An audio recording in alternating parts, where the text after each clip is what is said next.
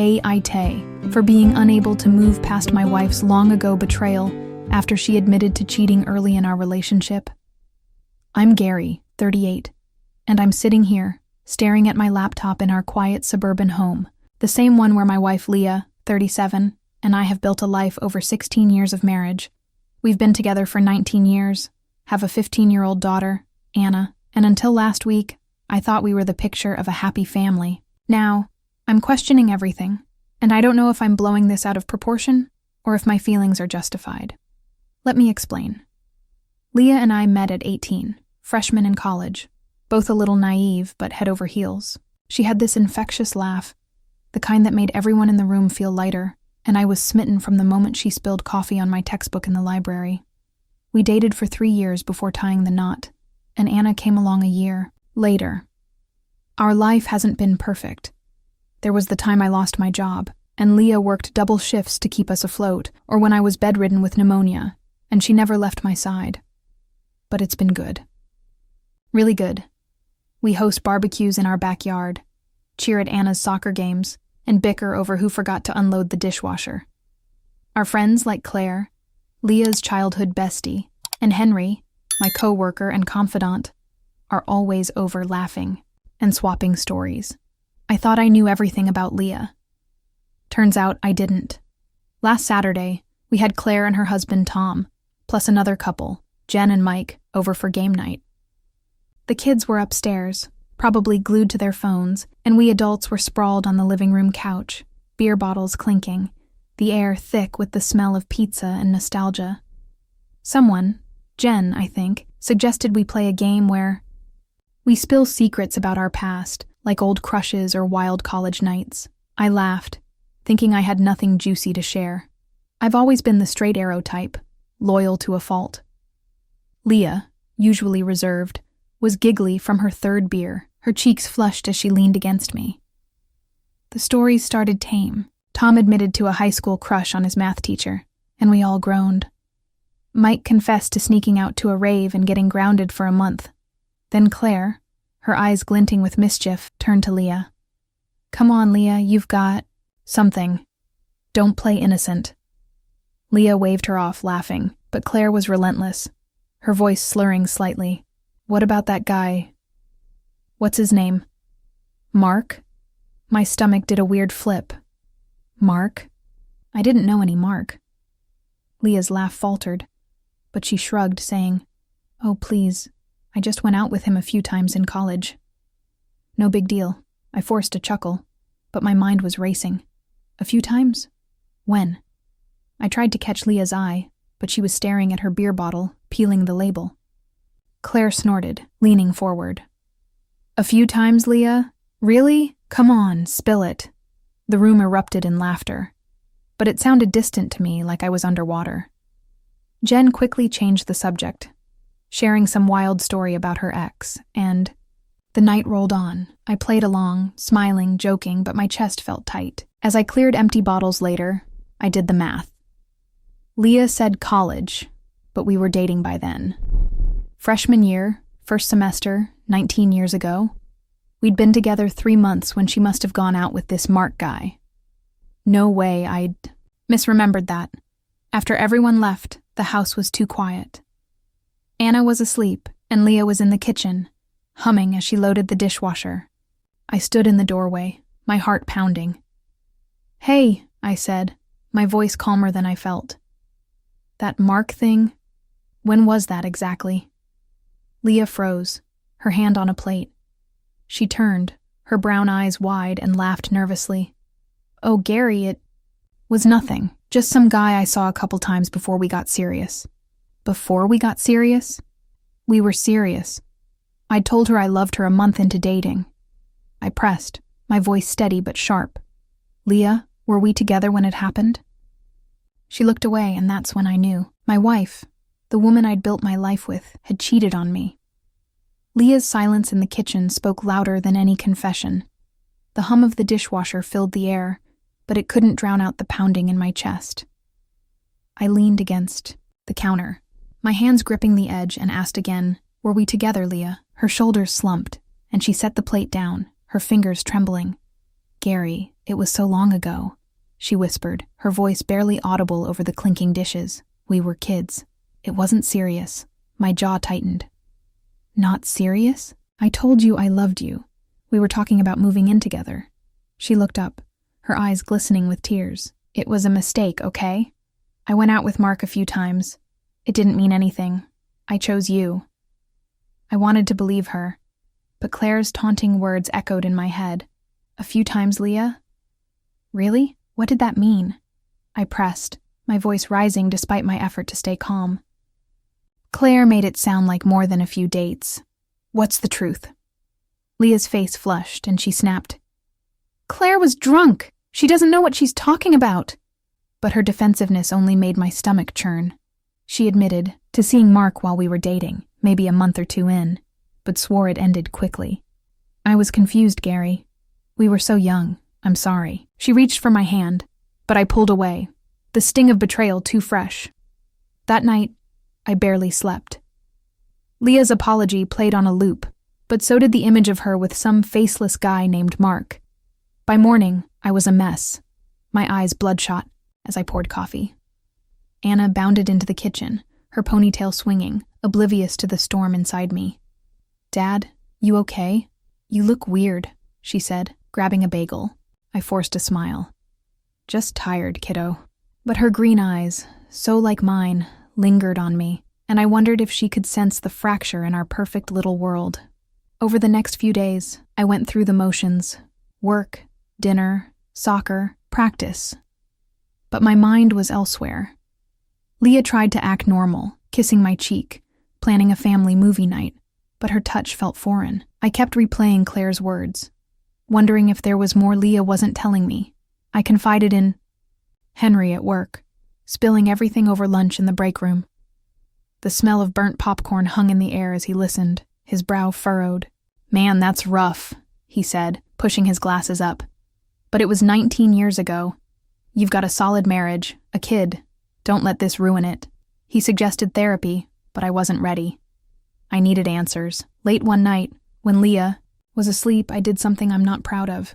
I crept into our attic, where we keep old boxes from our college days. Under a stack of dusty textbooks, I found Leah's journal from freshman year, its cover faded but familiar. My hands shook as I opened it, guilt gnawing at me. I told myself I just needed closure. The entries were messy, filled with her loopy, handwriting about classes, friends, and me, how she loved our late-night talks.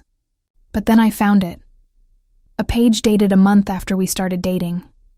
Met Mark for coffee again. He's sweet, but I don't know. Gary's different. I think I love him. My heart sank. Another entry. 2 weeks later. Mark kissed me tonight. Felt wrong, but I didn't stop him. I slammed the journal shut, my breath ragged. It wasn't just a few dates, it was more, and she'd never told me. I sat there in the dark attic, the musty air pressing against me, wondering who this woman was. The Leah I knew nursed me through illness, cried with me when we lost my dad, and cheered louder than anyone at Anna's games. But now, I saw her, differently. A stranger who'd lied for 19 years. I thought about Anna, her dimpled smile, her stubborn streak that mirrored mine. Was she even mine? The thought made me sick, but it wouldn't leave. I knew I couldn't confront Leah yet. Not without losing it, so I hid the journal back in the box, my mind racing with questions I wasn't sure I wanted answered. Am I the asshole for letting this eat me up when she's been nothing but a perfect wife since? The attic discovery left me reeling. But I couldn't confront Leah yet. Her journal entries burned in my mind, each word a splinter under my skin. I went to work, smiled at Anna's jokes, and nodded through Leah's attempts at normalcy. But inside, I was unraveling. A week after finding the journal, I took Henry's advice and booked a couples therapy session. I told Leah we needed to talk about us, not mentioning the journal. She agreed, her eyes searching mine, and I hated how much I still loved her gaze. The therapist's office smelled of lavender candles, and the soft hum of a white noise machine did little to calm my racing heart. Leah sat beside me, her hands clasped tightly, as I spilled everything. Game night, Claire's comment, my hurt. I left out the journal, though. That felt too raw, too shameful. Leah listened, her face crumpling as she explained herself. I was 18, Gary, she said, her voice breaking. I was scared of how fast things were moving with you. Mark was a distraction, a stupid mistake. I ended it because I knew I loved you. The therapist, a woman with kind eyes, asked how I felt. I choked out, betrayed, like I don't know her anymore. Leah sobbed, promising it was only a few weeks, nothing more. I wanted to believe her, but the journal's words, he kissed me, I didn't stop him, clawed at me. I nodded, pretending to accept her story, but doubt festered like a wound. Therapy helped a little. Leah was trying, leaving me notes, planning date nights, but I couldn't shake the distance between us. Anna noticed, asking over breakfast, "Are you and Mom fighting?" Her voice was small, and the cereal bowl between us felt like a barrier. I lied, saying, "Just grown-up stuff, kiddo," but her worried frown haunted me. I hated that this was seeping into her world.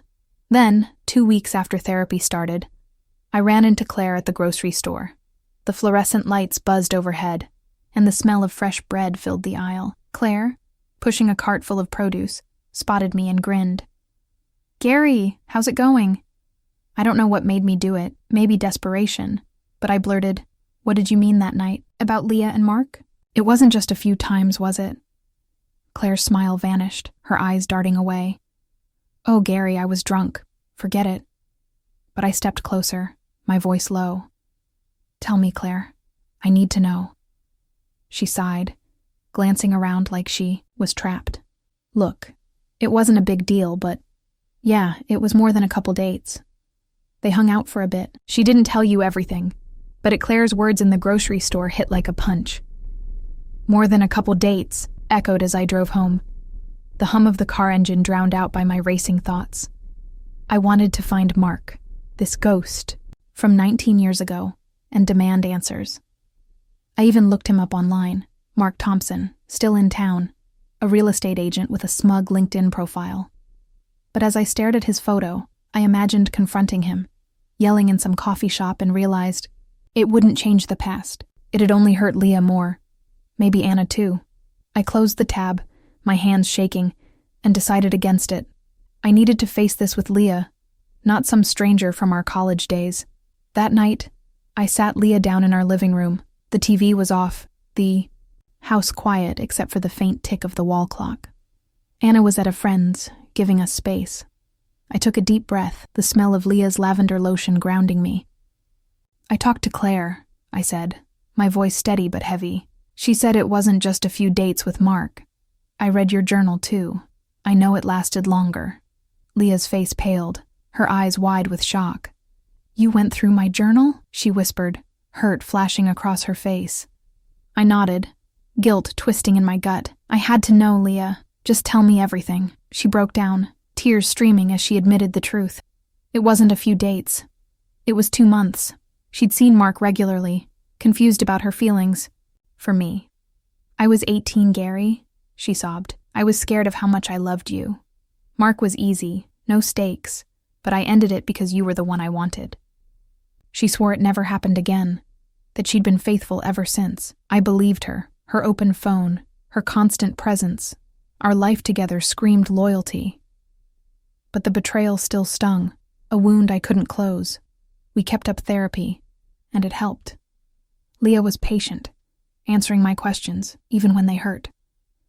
I was trying, but the trust wasn't the same. Then, one evening, Anna changed everything. I was in the garage, tinkering with an old bike, the air thick with grease and dust. She wandered in, her soccer cleats dangling from her hand. "Dad, you've been weird," she said, her green eyes, my eyes, narrowing. "Is it me?" My heart cracked. I knelt beside her, the cold concrete grounding me. "Never you, kiddo," I said, pulling her into a hug. She rambled about her day, her stubborn laugh so like mine, and I knew, without a test, she was my daughter. That moment anchored me, pushing the DNA doubts away. Weeks later, We're still navigating this. Leah's trying harder, cooking my favorite meals, holding my hand during movie nights. But I'm not fully there. I love her. I do. She stood by me when I was broke, nursed me through illness, built this family with me. But that 19-year-old betrayal lingers, a shadow I can't shake. Therapy's teaching me to separate the girl she was from the woman she is, but it's hard. I catch myself wondering if I'm punishing her unfairly, holding a grudge over something that happened when we were kids. She's remorseful, and I see it in her eyes, hear it in her voice when she whispers, "I'm sorry." In the dark, I talk to Henry again over beers at a bar, the jukebox playing some old country tune. He said I'm not wrong to feel hurt, but warned me not to let it ruin what we have. "You've got a good thing, man," he said, clinking his bottle against mine. "Don't throw it away over a ghost." He's right. But it's easier said than done. I'm trying to forgive, to rebuild. But some days I look at Leah and see that college girl who broke my heart. So, Reddit, AITA, for being unable to move past this? Leah's been an incredible wife, mother, partner. It was 19 years ago, a stupid mistake when we were young. Rationally, I know it shouldn't matter, but emotionally, it's killing me. Am I the asshole for letting this haunt me? For pulling away when she's done everything to make it right? Or is it okay to struggle with a betrayal, even one so old? I want to move forward, but I don't know how. What do you think? If you enjoyed the story, don't forget to hit that like button and subscribe for more real-life drama straight from Reddit. Got a take on the situation? Drop your thoughts in the comments. We love hearing from you.